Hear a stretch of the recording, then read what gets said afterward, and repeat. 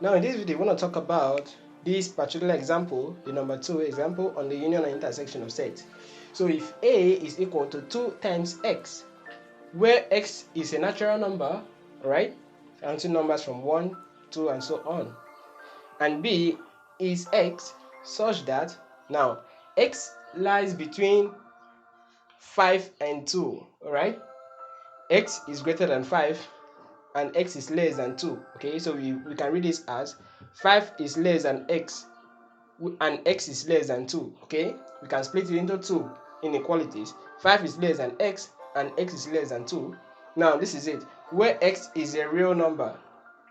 So we talk about real numbers, we talk about every possible number on a real line, right? Fractions, negative numbers, whole numbers, irrational numbers. Okay, I've mentioned fractions, which are rational numbers already. Okay, so that's for a set of real numbers. Now, what will be, let's list out the elements of the set A first.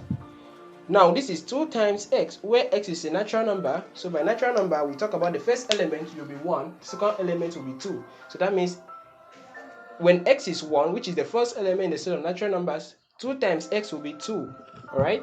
When x is 2, 2 times x will become 4, because just like saying 2 times 2. So and so on. When x is 3, 2 times 3, so that will generate our even numbers, alright?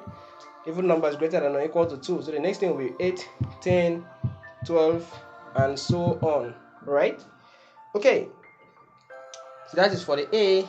And for B, we'll be talking about x such that, now look at this, 5 is less than x. So if you're talking about x being a real number, real numbers which are greater than 5 but less than 2.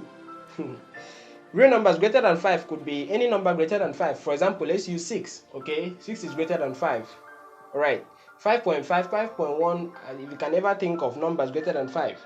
But those same numbers are less than 2. It's not possible, alright? So that means that the set B is an empty set. There is no such real number which is greater than 5 and at the same time less than 2. So set B will now be an empty set, alright? Okay, so if you want to talk about A intersection B now, A intersection B, now, elements that belong to both A and B, alright? So 2 belongs to A but 2 is not in B. It is only an empty set. Now take note of this. Every set has the empty set as its element. So every set like this A contains empty set as its element. The empty set as its element. So because of that, the intersection will now be an empty set, alright? Okay. So for the set B, for the set A union B, let me put it down here. For set A union B, will now become elements that belong to both A and B. That will now be 2, 4, 6, 8, and so on. Alright? Okay, so that is just it. Alright, so that's the end of this video. Please subscribe to my channel.